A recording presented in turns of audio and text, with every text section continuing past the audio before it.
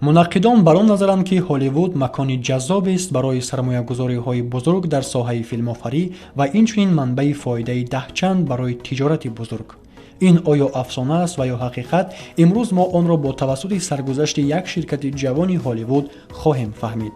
Хоҳем фаҳмид, ки филмҳои маҳбуби бонақшофарии Жан-Клод Ван Дам, Долф Лундгрен ва Силвестр Сталлоне рӯи навор омада чӣ гуна дар як муддати кӯтоҳ таваҷҷӯҳи миллионҳо тамошобинонро ба худ ҷалб намуд ва нафаре, ки таъсиси ширкат ба ӯ алоқаманд аст, коргардон ва продюсер Ави Лернер мебошад, ки бо ширкатҳои филмофариаш На Имидж ва Millennium Films машҳур аст. соли 1984 барои Ави Лернер, ки як вақтҳо ба фитафурӯшӣ машғул буд, соли калидӣ арзёбӣ мешавад. Лернер на танҳо дар намоиши филмҳои тайёр ба тамошобинон ширкат варзид, балки ба худи усули филмбардорӣ низ таъсир расонд. Коргардон, продюсер ба Зимбабве ва Ҷумҳурии Африқои Ҷанубӣ барои навор гирифтани филми Минтақаҳои Шоҳ Сулаймон рафт. Филмҳои аввалин таҳти нишони ширкати нав аз ояндаи дурахшонаш гувоҳӣ медиҳанд. Lady Terminator, Cyborg Policeman, Princess of Patience ва ғайраҳо.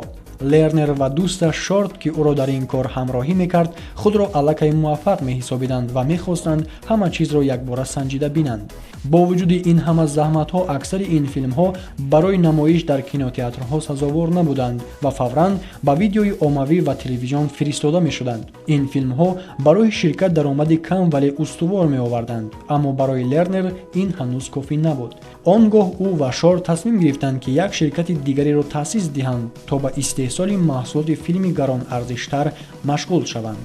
ҳамин тавр ширкати нав Millennium Films ном гирифт. танҳо мушкилӣ дар он буд, ки тасаввур кардани ба фаъолияти ҷиддитар як чиз аст, аммо онро дар ҳаёт татбиқ кардан чизи дигар.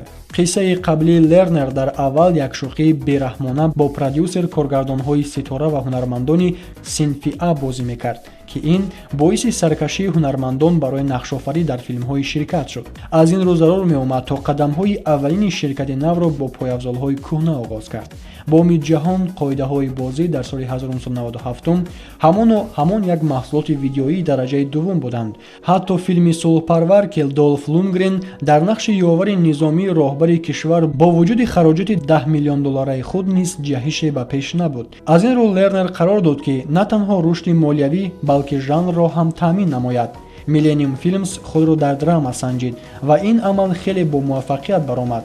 филми Шадрак бо нақшофарии ҳунарманд Ҳарвей Кейтл ва Энди Макдовелл ҳарчанд машҳур нашуд, аммо он низ даромади хуби ширкатро вайрон накард. бар замми ин ба ширкат ҳунармандони маъруф ва коргардонҳои ҳирфаӣ таваҷҷӯҳ зоҳир намуданд.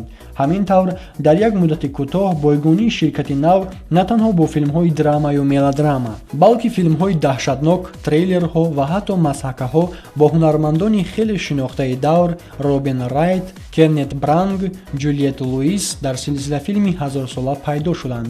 ҳамин тавр ширкат бо тортунакҳо, шаркҳо, тимсоҳҳо ва репликантҳои Millennium тавозунан дар ҷои истода ва дар паҳнкунӣ маҳдуд хоҳад буд, агар хоҳиши асосгузораш Ави Лернер барои рушди минбаъда набошад, зеро Лернер муҳаррики асосии пешравии ширкат ба ҳисоб меравад. Лернерро ҳоло сину солаш аз марзи 50 гузаштааст, вале ӯ тавонист аз таҷрибаи андӯхтааш истифода барад ва чанд лоиҳаи хеле ҷолибро роҳандозӣ намояд. айни замон Millennium Films ба ширкати бузурги синамогароӣ дар жанрҳои мухталифи трейлер, драма ва мелодрама, масҳака ва ғайра табдил ёфтааст. ин ширкат то ба кай фаъолият карда метавонад, то ба кай мардум ба тамошои ситораҳои филмҳояш мераванд. ин ҳама ҳамону номаълум боқӣ мемонанд, аммо ҳоло вақте ки шумо нишонаи ширкатро мебинед, шумо аниқ хоҳед донист, ки бисёр филмҳои дӯстдоштаи шумо маҳсули саъю талоши як нафар фурӯшандаи фурӯтани фиттаҳо буд, ки замоне мехост филм оварад.